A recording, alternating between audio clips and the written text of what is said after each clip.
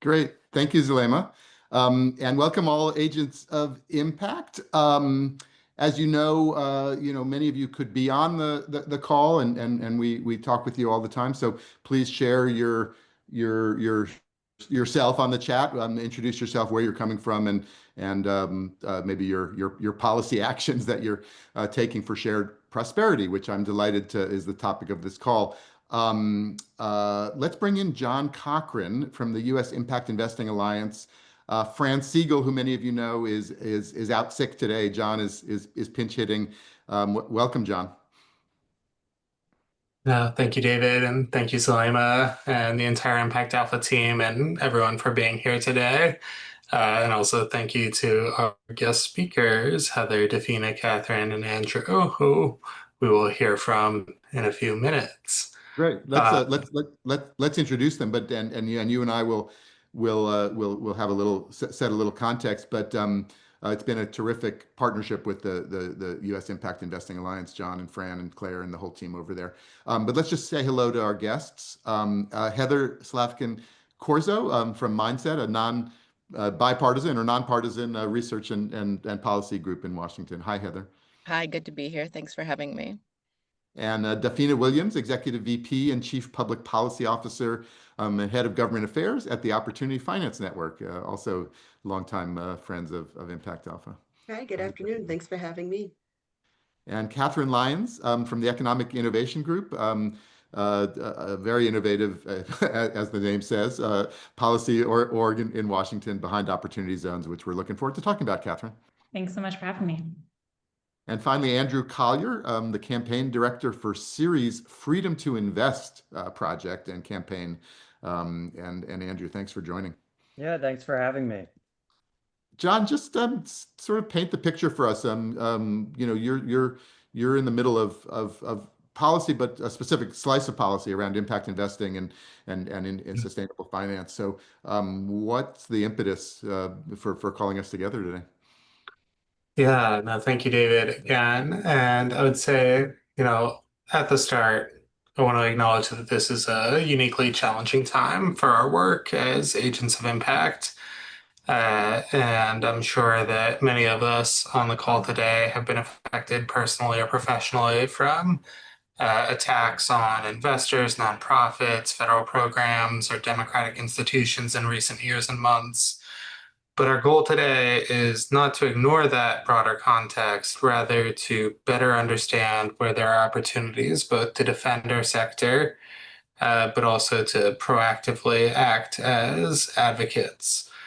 So coming together as a community to pursue some meaningful wins that I think we could see in the next few years. And so, as David laid out, we have a great set of experts teed up who can share where we can be most effective as impact advocates now and in the future.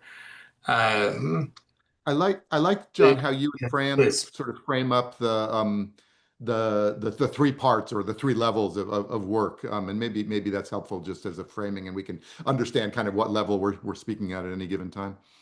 Yeah, absolutely. And so with the Alliance, we think about a three-part strategy. So first, there's some rapid response that needs to happen right now, which is to continue to engage in responding to threats, whether those are the anti-ESG, the anti-DEI, or the growing anti-impact movement, to defend progress that's been made in recent years.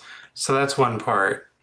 But I do think that there's an opportunity to find some quick wins in the next few years, continuing to push for meaningful opportunities that will enable field to invest in communities, create opportunity, et cetera. And finally, we're thinking about long-term gains. So how are we collectively laying the groundwork right now for transformative progress in the future? And I think today's call is meant to focus on that second bucket, where we are able to move quickly to secure some wins collectively. And it's essential that we're playing both defense and offense, of course, because there are some threats that we collectively face in our ability to hold the line where it counts and to attack some of this, but at the same time to attack some of the smaller wins. today will ultimately determine our ability to create that long-term transformational change. I love that, John, and I'm just going to toss it back to you because you corrected me and I stood corrected on quick wins, not small wins, Yeah, because quick ones. they're anything but small, but hopefully they are things that can be solved or moved forward in the short term. But just want to say one thing about the longer term that you talked about, and like the framing of this call around policy actions for shared prosperity as kind of a North Star or sort of a common goal. And we've been leaning into that, as you know, with this playbook for shared prosperity. And I think that kind of notion is kind of taking hold, that there are a set of kind of common sense and possibly even bipartisan solutions that just make sense for families and for communities and everything. And so that will be sort of the backdrop. But I think we're then going to jump in very Yeah. deeply into some of the quick wins that are right on the plate. Maybe that's a good time to bring in Heather Slavkin Corzo. And I know you and John have thought about this, so why don't you take it away, John? Yeah, no, absolutely. I think that there is just so much opportunity to move things forward, and that there are still bipartisan issues that we can work on. And so, yeah, Heather, wanted to bring you in, and Heather and I have had the chance to work together over a number of years now. Um, but interested in your view on, yeah, where those opportunities lay, what we're trying to look for, what's the state of play in Washington, and give us the big picture, and then we'll dive in with some of our other guests. Of course, John, thanks for that. I think as we start to talk about the opportunities that are immediately in front of us, it's also important to take a step back and just acknowledge that we are really facing an unprecedented situation in Washington in the way that the various entities that have power or typically share power are interacting with one another, and the way that um, what we see is really the White House consolidating power in a way that I have not experienced in my lifetime or in the 20 years that I've been working on federal policy in Washington. And so a lot of what we are looking at, a lot of what I'm talking to my clients about day to day is how do we navigate the current situation, acknowledging that there are new challenges that are quite worrisome to a lot of folks, but also that policy is continuing to move forward. And we have a decision to make as to whether we can choose to engage in the policy conversations that are in front of us. And for folks like the team at the U.S. Impact Investing Alliance, and I think for probably most folks on this call, that's why we're all together today, to try to figure out what are those opportunities? Where can we spend our energy? And I think the very big picture, the right place to start is just to think about what are the big conversations that are happening in Washington right now, and are there subsets of those discussions where it makes sense for impact investors to plug in.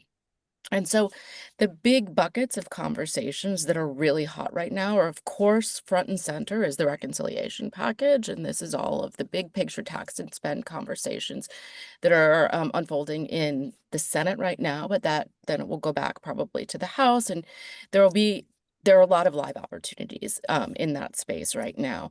Beyond that, I think we're going to be looking at a debt ceiling negotiation.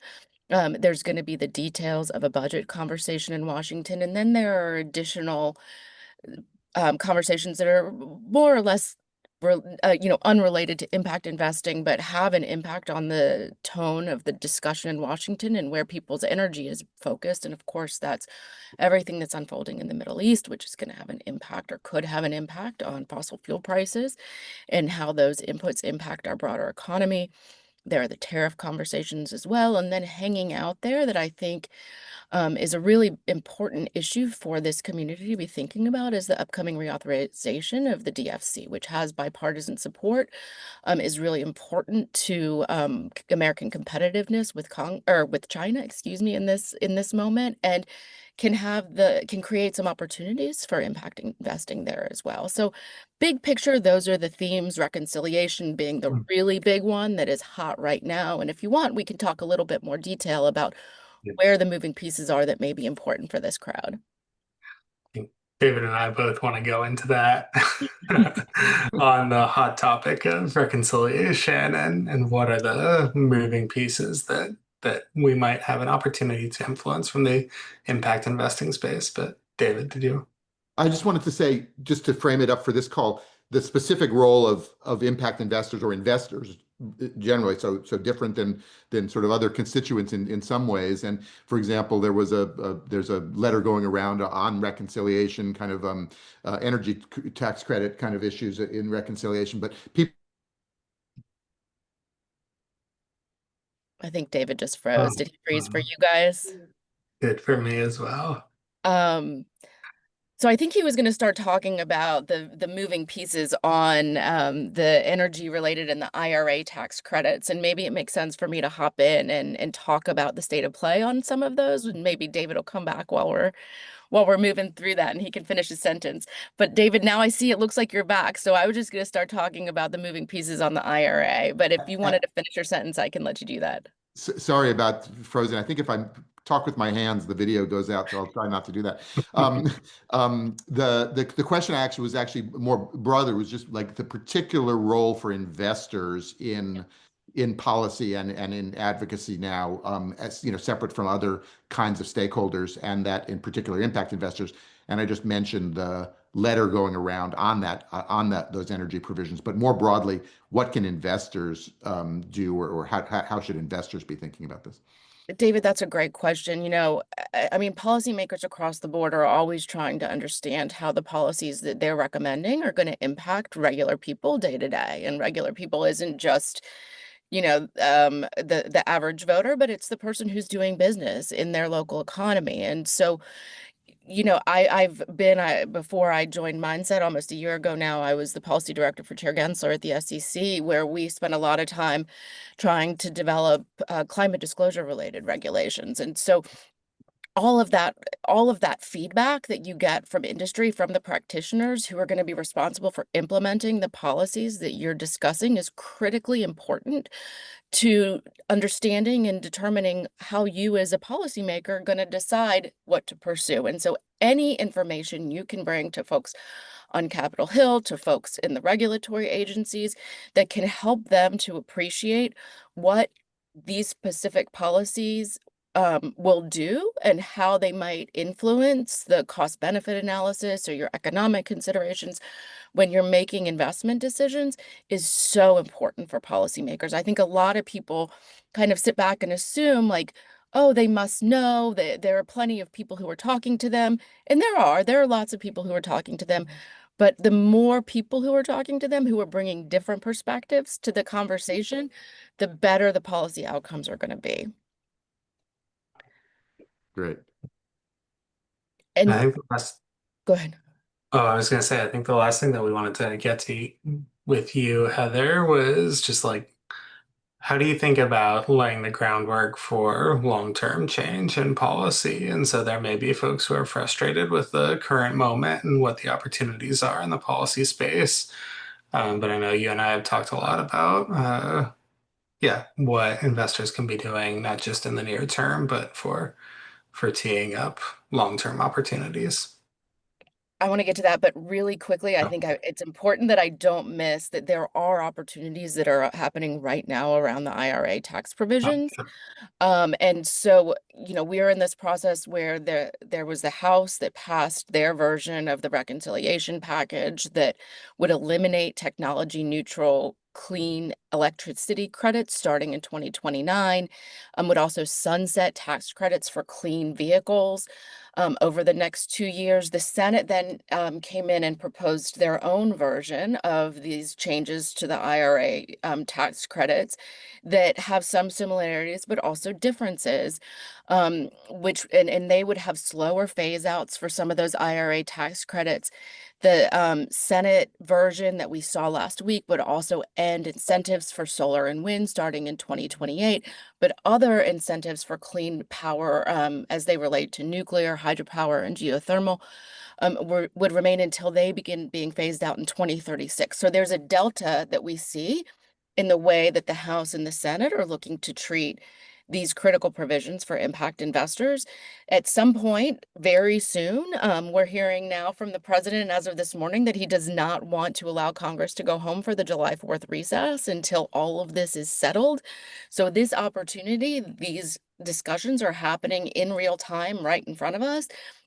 And so to the extent that any of you are engaging or interested in the outcome of these policy conversations, engaging with your elected officials in Washington is critical in this moment. And so I want to make sure that we don't move off of this conversation and start talking about the long term without talking about what's happening like right now.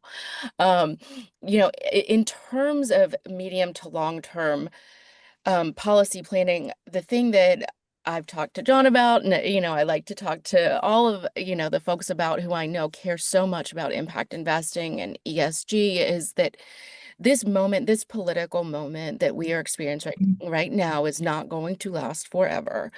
There will be a change in power in Washington, and the folks who are in ranking member positions or who are moving into more senior positions in government are going to be the policymakers that we have that are really in control of making the decisions, maybe 2 years from now, maybe 4 or 6. Regardless, this is the time to start developing the policy initiatives that you want to see those folks implement when they have the opportunity, because when they come in, they are going to hit the ground running. And I think one thing I did not realize when I was an advocate was how labor intensive and time consuming the policymaking process really is. And the fact that when I was at the SEC, the agenda that we set in the first 2 months was the agenda that we carried out over the next 4 years.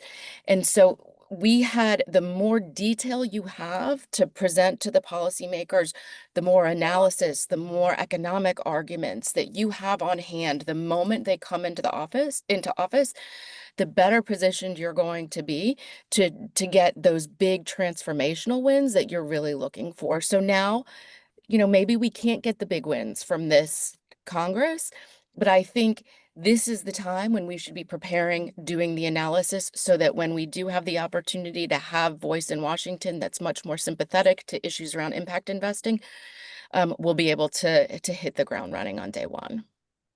I dare say you might call that Project 2027 or Project 2029. I'm not sure whether that's. I have called it that in the past. Thank you, Heather. Let's bring Dafina in and tee up another part of the conversation, particularly around now here's an acronym that folks I think will know: CDFIs, Community Development Financial Institutions. And maybe give us again, Dafina, the broader take on it, because I know there's lots of moving parts that all relate to sort of this access to finance question, and we'll get into the particulars in a bit.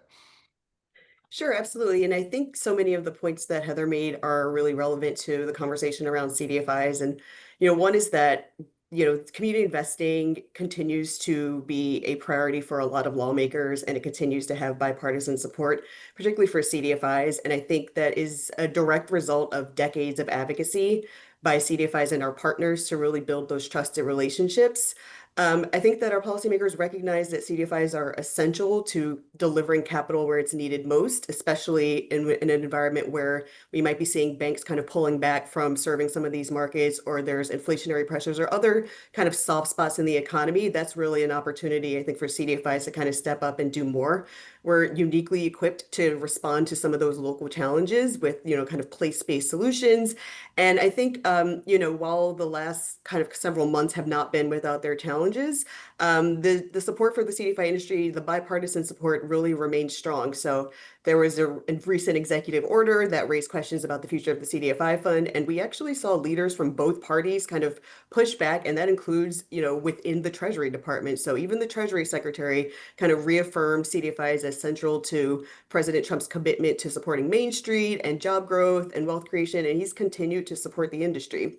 And on Capitol Hill, we still see that kind of durable cross-party support coming for CDFIs. So there's a Senate Community Development Finance Caucus that has senators representing from the most liberal to the most conservative states, and it's continued to grow even in this environment. So we're up to 28 senators that are now part of that caucus, and that's very impressive for these types of issues. And I think that's because the work of CDFIs is not partisan, right? Access to economic opportunity and growing our shared prosperity and building wealth is something that resonates across the aisle. So it really is just a function of the good work that CDFIs are doing and making sure that we've been building those relationships and sharing those stories and that impact over time, that we've been able to leverage that support to help us kind of navigate this moment. Terrific. John, go ahead. Oh yeah, no, I was just gonna jump in and see if you had thoughts specifically about the opportunities around new markets tax credit, LIHTC, and how those support the broader impact investing ecosystem right now and the CDFI ecosystem. Absolutely. So, we've seen the support for some of these priorities showing up in the budget reconciliation conversation. So, as John kind of teed up, I'll talk about the new markets tax credit and the low income housing tax credit. So, I think many of us on this call kind of understand that these tax credits are really critical to financing housing, facilities, small business growth, and low income communities. They have broad bipartisan support, and they've really delivered measurable results. And so, we've been really excited to kind of see some movement in this big budget package. So on the new markets tax credit, we know that this is a tax credit program that's delivered more than $140 billion in project finance. When the House passed its version of the bill, the extension of the new markets tax credit, which expires this year at the end of this year, was not included. But when the Senate Finance Committee moved its bill last week, we were very excited to see that the new markets tax credit was included in permanent at $5 billion in annual allocation authority. I think that's a huge victory, especially after we didn't see that showing up in the House bill.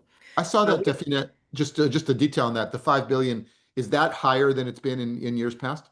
Typically, it's been around 3.5 billion. So it's really a testament to the great impactful work that all of the kind of participants in the program have been doing on the ground. And again, those proven results. Right, right. One thing I think people don't understand, and maybe don't understand, is the fight over the CDFI fund. And as you said, that was an example where people mobilized. I remember that weekend, people mobilized very quickly, and it was very bipartisan. And it was sort of one of the early, I think, examples that if you do that kind of work, you can actually, turn back these kind of executive orders and restore the program. On the other hand, I was struck that the number there, I think, and I think the number is being discussed in the budget, or something like $324 million for that fund. It always seems like a small amount of money compared to either new market tax credits or the size of the markets generally, and kind of the CDFI funds that were going to come through the greenhouse gas reduction fund, where people were talking 20 billion. So why is the 324 million important if it's such a small number? Yeah, and that's you're speaking my language. I think we would love to see a much higher appropriation for the CDFI fund just as a baseline. But the beauty of the CDFI fund grant dollars is that they are leveraged with private capital. And so for every dollar of public sector investment, that's leveraged with $8 of private capital. And so that $324 million all of a sudden turns into billions of dollars of actual investment on the ground. So you're really getting a big bang for your buck when you're investing in CDFIs. Great, great. And then finally, I know we have Catherine to talk about opportunity zones directly, but I know that CDFIs and your Opportunity Finance Network members have been very involved with that. So just how is that showing up in your work? Yeah, I think, and I'm looking forward to hearing Catherine talk about some of the details that are going to be coming out of the Opportunity Zone proposals. But we've been involved for several years in really trying to make sure that program really works to deliver benefits to low-income communities, and making sure that CDFIs are really part of those conversations, a part of those investments, to ensure that the benefits are accruing to those that it was designed to help. So we're excited to see some reforms show up in the reconciliation package. And again, I know Catherine's going to do more. And before we move on, I do just want to quickly talk about the low-income housing tax credit. There are just a couple of reforms in this bill that I think a lot of our housing advocates were really excited to see. So there's an increase in the credit allocation amount that was proposed in the House bill, and also some reforms to some stuff around private activity bonds that again will make it easier for investors to invest in affordable housing. Those were short-term extensions on the House side. They were about 4 years. The Senate took some of those same initiatives and made them permanent in its bill.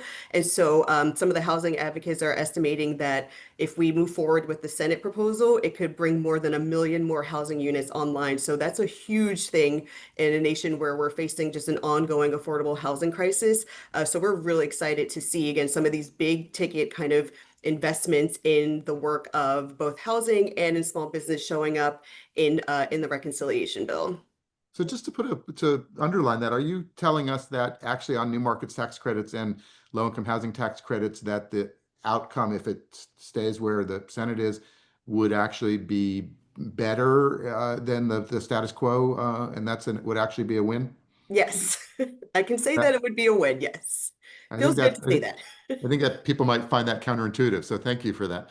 Um, should we bring Catherine in on opportunity zones and stick around, Dafina, and we'll have the broader conversation. But Catherine, opportunity zones are getting touted as another possible win. They came up in the original 2017 tax bill and a little bit hidden at that point, and then they sort of emerged, and now they're well known. What's the state of play? Sure. So both the House and the Senate included opportunity zones in their versions of the One Big Beautiful Bill Act, which is a change from 2017 when actually OZs were not included in the House bill originally and were only included in the Senate bill.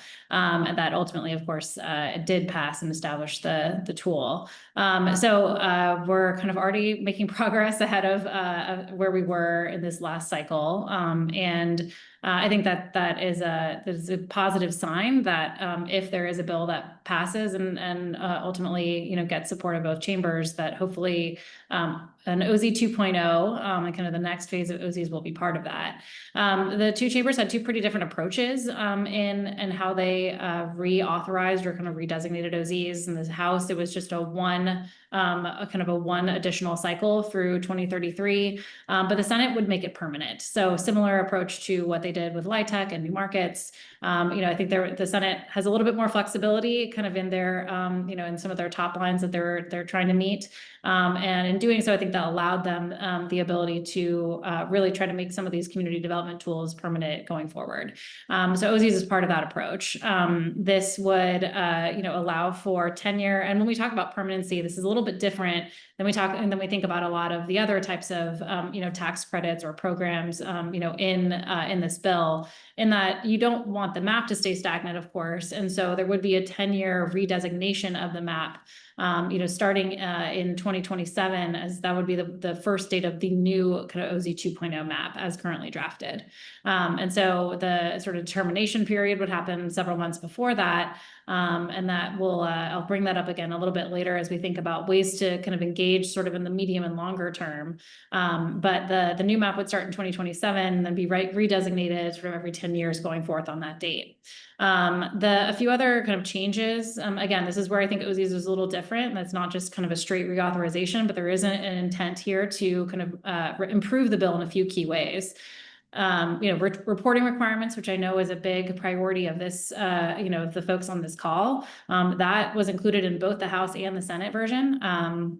As you all probably know, this was birded out in the reconciliation process. So the sort of taken out because it wasn't deemed to be, as germane to the budget as is necessary.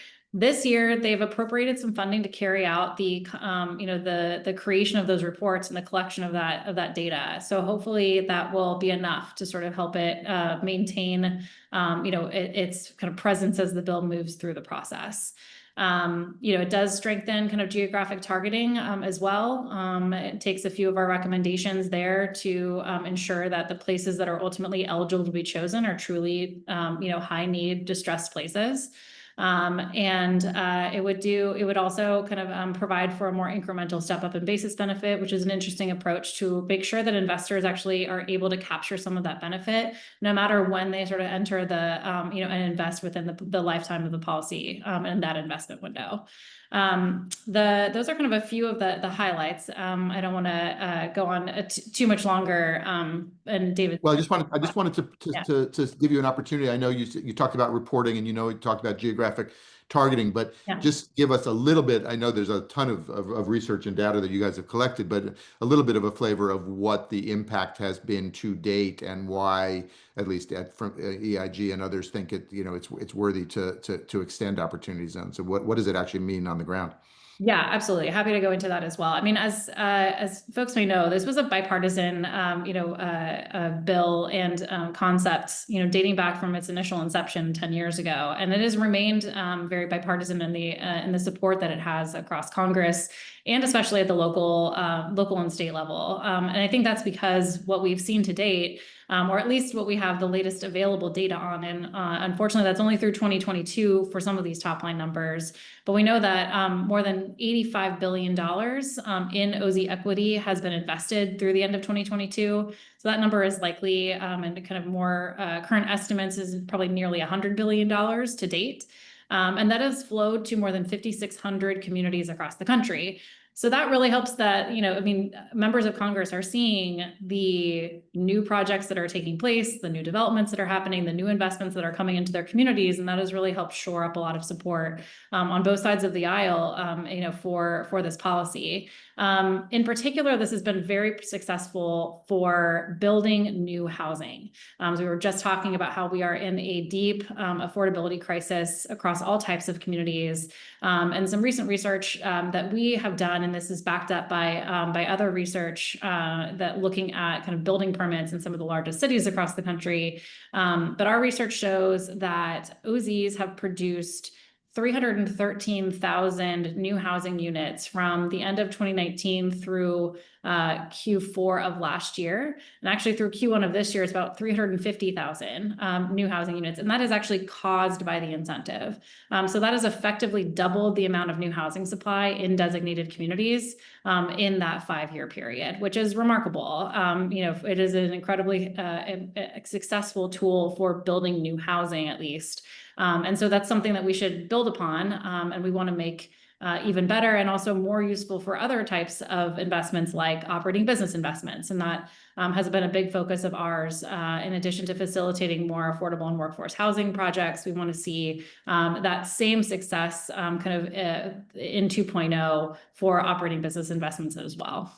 And there was, I think, an interesting number in that report about the cost per unit of the housing being, the cost to taxpayers per unit of that housing being quite low compared to some other, ways of thinking about it. And I think it's just important to think that these are kind of tax expenditures, right? So there is a foregone tax take from the capital gains, and in the case of the new market tax credits and low-income housing, there's tax expenditures there. But in some cases, those can be quite cost-effective ways of bringing capital in, and it seems like in the OZ case, in the CDFI case, and perhaps even in the energy credits tax case, that's become a sort of bipartisan understanding. If I'm drawing the threads between the three conversations together.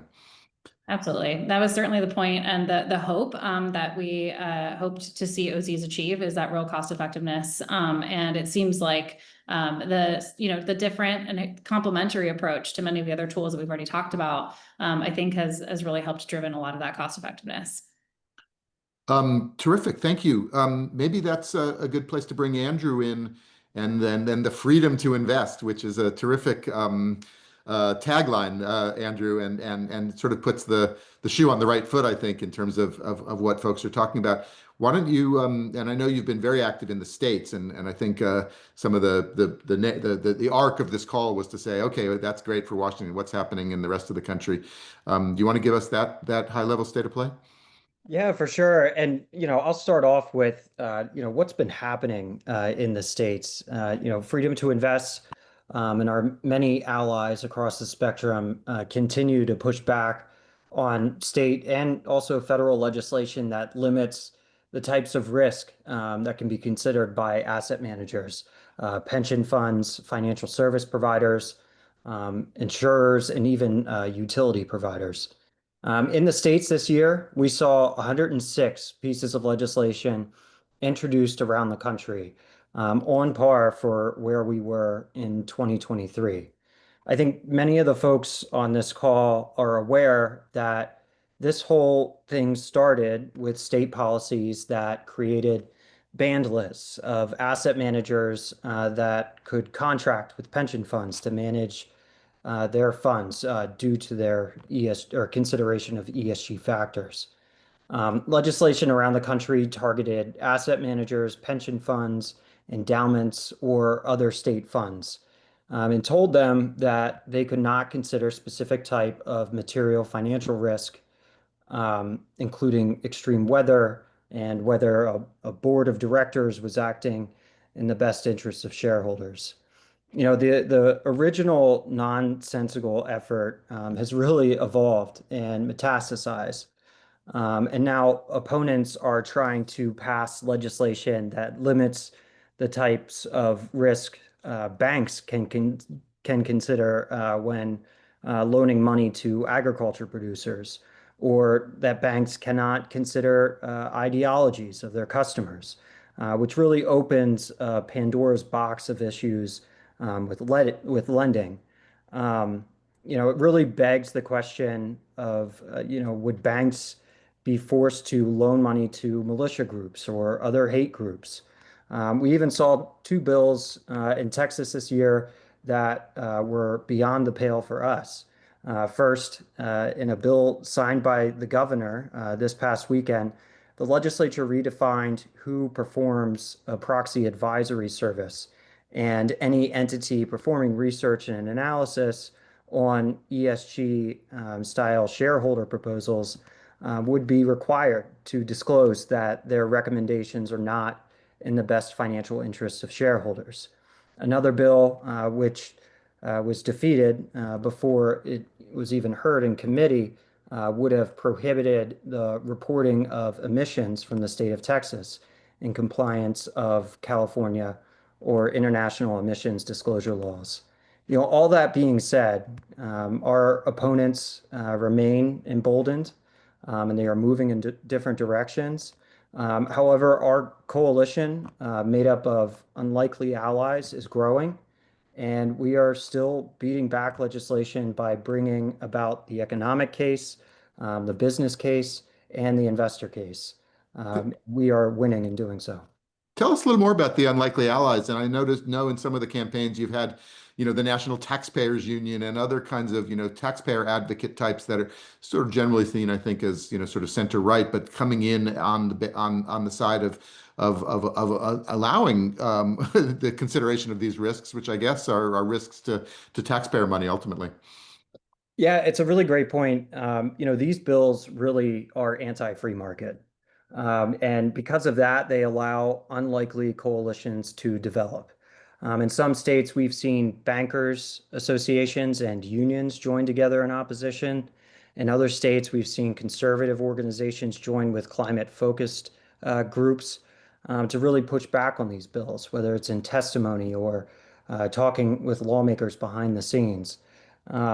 These coalitions are really imperative to continue our success. Although we may disagree with these unlikely allies on many, many issues, we've kept an open mind when it comes to this pushback in particular, and it truly speaks to our success so far. How is that organizing going, either among investors or more broadly? I know that some of the big investor coalitions have had defections, and there's been pushback, and I think Ceres itself has been targeted in with subpoenas from various committees and things. So how does the sort of environment that we're in affect the ability to do the work and people to speak up? I think a lot with this issue in particular. This is a bipartisan issue. I had mentioned the bill in Texas earlier. Both conservative and liberal organizations would be impacted under the proxy advisory definition of the law that they passed.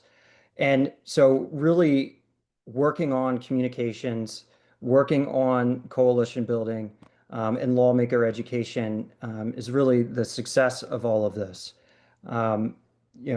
As I had mentioned, the free market messaging works really well in a lot of these states with lawmakers. The economic impact argument works really well. So we need to just keep pushing forward and continuing that momentum. Right. And I want to ask you kind of the same question I asked Heather at the top, which was, Ceres is particularly organizes, investors and has, billions or trillions of dollars of AUM represented by the folks that are your members. So how does the investor voice particularly resonate in these debates? The investor voice is extremely important. As investors, shareholders are the owners of companies, and making sure that folks in state legislatures and in Congress know that, and that the narrative and the tone that's set in these state legislatures and in Congress is important for investors. And they have an outsized voice in ensuring that we push back on these laws and do a lot of the education that's necessary. Terrific. John, do you have any more for Andrew? And then I was going to sort of open it up for everybody, and just so you can get ready for your thoughts. There does seem to be a thread between the different issues that were raised here in terms of being able to rally bipartisan and sort of bipartisan support and unlikely allies. And so I want you to maybe think about, like, what are the other examples where that might be come to the fore. But John, go ahead. Yeah, Andrew, I was just going to ask you, because I know Ceres has worked also on proactive opportunities in the states and that there has been progress. You referenced quickly the California legislation that has been, seminal and like groundbreaking for climate disclosure. So are there other opportunities that you see for proactive work that, again, investors could provide a really important voice for at the state level?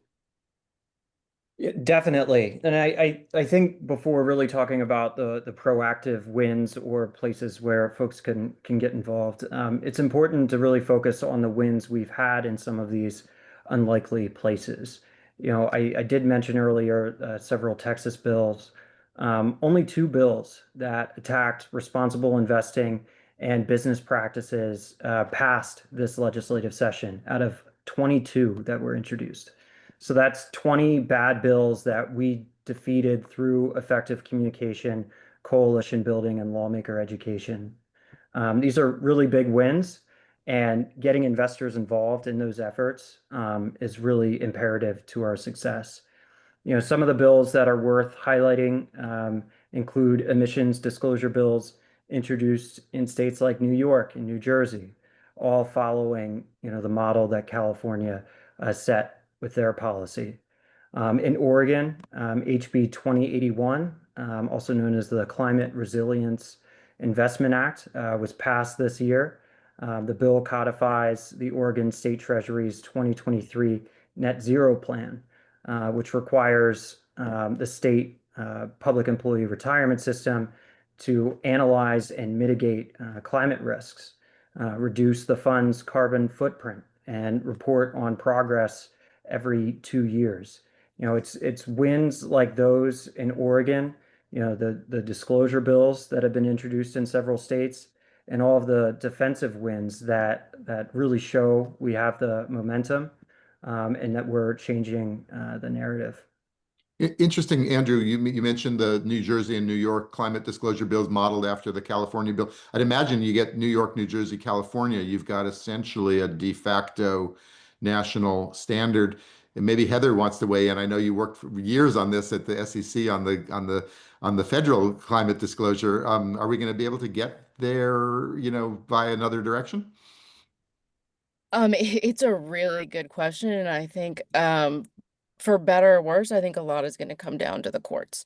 And I think it's something that I didn't fully appreciate prior to joining government or working on regulation. But I think the work that is continuing at the state level is important. I think it's important for investors to make their voices known in terms of making sure that they get the information that everyone needs in order to make informed investment choices. And the policymakers should go forward and do what they think is right for the people of their country. Investors need to do the same, and then make the best argument before the courts and see where things land.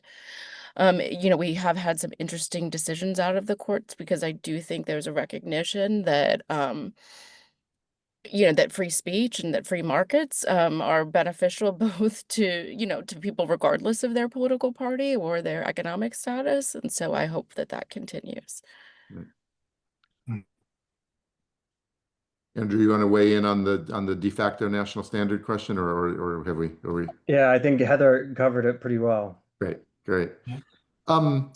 I'm taken, as I said, by the fact that you guys have managed to not only remain optimistic, but actually carve out some real wins here in an environment that's obviously difficult. And I'm taken by Fran's framing, John, which has been that there's kind of good faith, critiques and bad faith critiques. I wonder what it's like, though, to operate in environment where sometimes, the data, the research, the policy doesn't get actually, that's not really what's at stake. And maybe you can just all talk a little bit about how you sort of approach the coalition building that Andrew and others have talked about.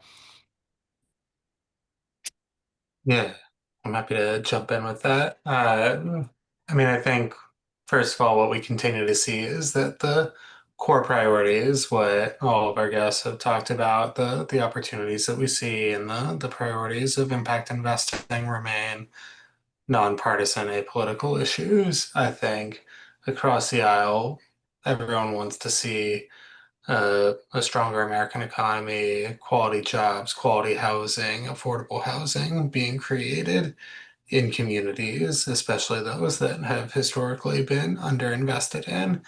And as we at the Alliance continue to go on the Hill and talk with, again, folks across the ideological spectrum, those goals remain really, sort of broadly supported. And so, yeah, we've touched on a couple of times. There's a question of degree about how you get there through government policy support, but I hope that we can continue to get that. I do think that the through line that we've heard from all of the speakers today is that investors play a critical role in doing this advocacy right now. Catherine, you and I were back in the early days of opportunity zones, like really bringing investors to Treasury and trying to explain how a tool like that government didn't have a lot of experience with, how it would actually be used by investors. And we're still seeing that play it out of, you need to have the actual fund managers, the investors there present to explain how this tool gets used and how the regulations, the nitty-gritty details actually need to be gotten right. Andrew, same thing on freedom to invest and how some of the pushback that we've seen or the opportunities that we have at the state level can hold back investment decision making. So, I think if there's a through line that I'm hearing, it's that we really need this voice of investors with government, especially for policymakers who might not have experience working with these kinds of tools right now more than ever. So.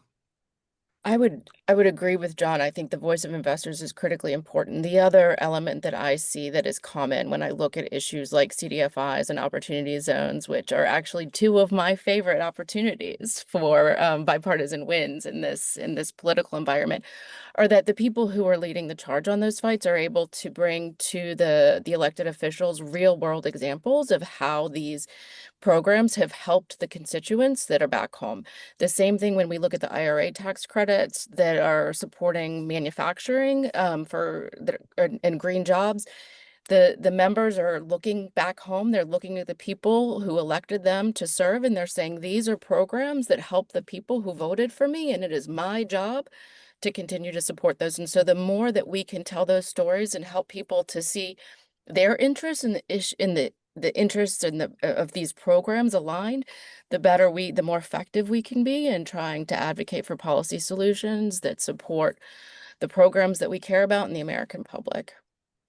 That's terrific. Does it add up to vision, maybe too highfalutin a word, but does it add up to a kind of common approach, and maybe shared prosperity is the sort of banner under which it can be kind of united? Because it seems like, as you said, clean energy projects in many districts, many states, red, blue, CDFIs lending in urban and rural and other community opportunity zones, obviously having appeal in many districts. And then Andrew, you said this state level organizing as well. So is there something just maybe help stitch it together into a common agenda? I think that there is. I think that we should there it shouldn't I guess the thing I would say is it shouldn't just be opportunity zones and CDFIs. It's great that we have those as examples, but we need more programs that are like that are really provide tangible benefits to local communities that help to advance impact investors' interests in their investment strategies. And the more that we can show that, the more that we can, bring the benefits that we care about to the American people and the programs that are so important. Dafina, you seemed like you wanted to jump in. Yeah, well, I fully agree with the comments that have been made. I think for community investing, it's really important to kind of build the big tent and to bring more people in that are really kind of aligned with this idea that it is possible for us to kind of invest in our nation's shared prosperity. And I think the thing we have to remember is that people are approaching this work from different lenses. And so there might be different types of stories or data or impact or points of influence that will bring more people to the table. And you have to kind of understand what those are and, to make sure that we're continuing to demonstrate again that these tools and resources do work, but also be open enough to other ways of solving these problems. I think, we don't want to be sort of wed to one way of doing things, but know that there are people that are sitting across from you that might agree with you on the premise that, yes, we need to invest more, but they might have a different way of getting there, a different tool, a different resource, a different way to pay for it. And, we all need to be willing to kind of have those conversations because we will probably get to better and more sustainable policy outcomes if we're kind of having a more diverse set of voices in the room that are all just solving for some of the same problems. Yeah, yeah. I agree that if I could chime in, I mean, I agree that's definitely been our experience with, the coalition that we built around opportunity zones and just bringing kind of all different facets of the market together, different types of practitioners, those that are focused on different types of investments.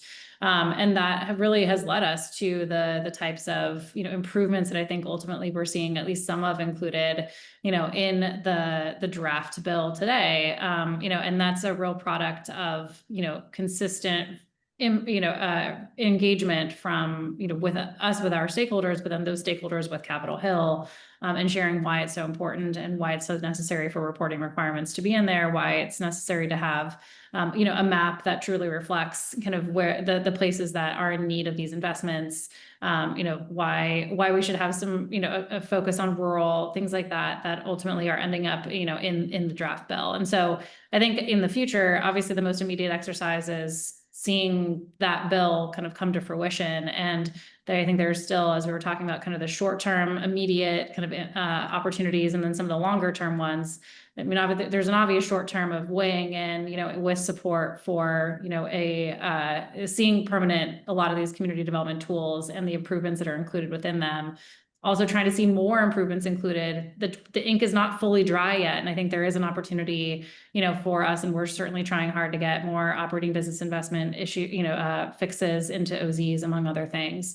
Having your support on those things would be immediately helpful. And then in the long term, there's a real opportunity thing for this group to really think through what are the types of places that make the most sense. What are other local policy levers that exist at the local and state level that can help us produce the outcomes that we want?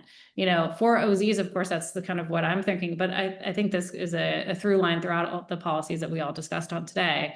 There are a lot of tools at the local level that can be layered on to, again, I think produce really a lot of the positive outcomes for residents that we're all kind of is all part of our shared goal and desire. Terrific, terrific. And I was going to ask you each for a kind of final thought and take it to a sort of a call to action of what folks can do or where to maybe focus energy. But it did strike me, Daphne, you mentioned about thinking through new approaches. That one of the things that may have sort of happened is that the appreciation of the role of private investment is kind of higher, maybe especially when government funding is less available in various contexts. It's sometimes challenging folks who had been defending a certain policy now to think that they got to kind of go it without that policy. But if the private capital can be there, then that can be a very effective lever. And maybe all that comes together in, as we said, in some kind of shared prosperity agenda that involves both policy, being a public policy, public funding, but also private funding. So if each of you would like to take a shot, and then maybe John, you can have the final word and send us off. And maybe we just go, in the, I don't know, reverse order. So Andrew, you start, and then Catherine, Dafina, Heather, and John. Sounds good. I think one of the biggest takeaways from this conversation is to not be afraid to have the conversations. Don't be afraid to reach out to those unlikely allies or groups that you don't think would care so much about, what we're working on and topics we're working on. You'd be surprised how many are willing to sit down and talk to you, no matter what group you're from. Terrific. Unlikely allies. Keep talking. Great. Well, I feel like I just said my piece a little bit, but I'll just double down on. You did say, but let me cue you up then. If you do, you said that there are many local and other kinds of policies, and I know EIG is thinking on all kinds of fronts. So if you want to give us a little taste of the next things to look out for.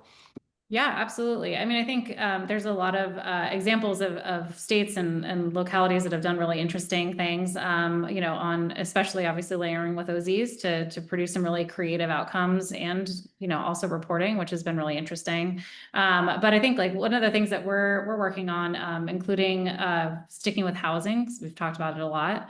We have a proposal called density zones, this idea of really incentivizing local governments to, to kind of increase the density of their housing in very kind of right sized to the community, ways that are right sized to that community, and receiving kind of incentives from the federal government in order to do so and to kind of help them do so and meet some of the understandable infrastructure needs that would maybe be a result of that densification. The federal government often feels like their hands are a bit tied. What can we do to incentivize more housing supply and the development of such? And so this is one idea that we have around that. So it's a very separate from opportunity zones, but appreciate the opportunity to talk about some of our additional priorities as we think beyond too. But I think that's one that again could layer really nicely with some of these other things and produce those outcomes that are right for these specific communities and their residents. Our abundance friends would approve of that one. I would guess. Dafina? Yeah, well, I just want to echo Catherine's sentiments around, the big beautiful bill is not over the finish line yet, and so we do need to keep the pressure on to make sure that these provisions that we really do like, and especially in the Senate bill, make it over the finish line. So, now's the time to make those calls and send those emails to make sure that, we can actually keep those wins in the final product. And then I think the last thing I would say is, there's a real opportunity here for investors to kind of get in the policy game alongside of the community development field and to really use their voices to help us move the needle. And I think there could be, new things, new tax incentives that, give credits for investing directly in CDFIs. There's lots of creative ideas that are out there. And I think we just need to make sure that we're keeping that coalition together and that we're all working towards, making sure we have the resources we need to invest in communities. Terrific. Terrific. So I want to agree with everything that the folks who have gone before me have said, and also add that I think it's critically important at all times, but in this moment especially, that we don't let our ideological differences get in the way of finding common ground with people who care about the same issues that we do. And we have to be flexible. We have to be flexible in the way that we talk, or the way that we talk about things, so that we can find ways that we can work with people and that we can find wins even when people may disagree with us about some other issues. Terrific. Well, I think, John, you get the final word, but let me just jump in before the final word, which is to say, I think this call has had a different tone than folks have been maybe used to on cable news or something. So thank you all for that. And John, why don't you take us home?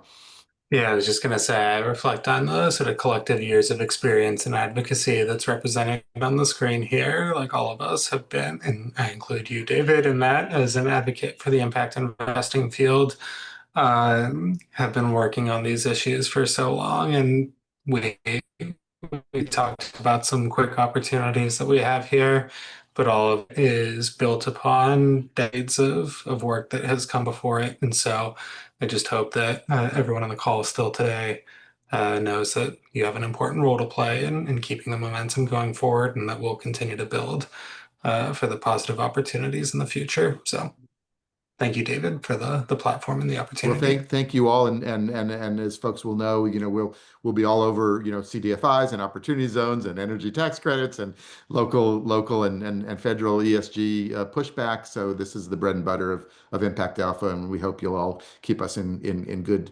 in the loops of the conversations you're having. So thanks, John. Thanks to Fran in absentia. If you're back from Fran, we're sorry to miss you, but we'll catch you next time. And all of you and all you agents of impact, thank you so much.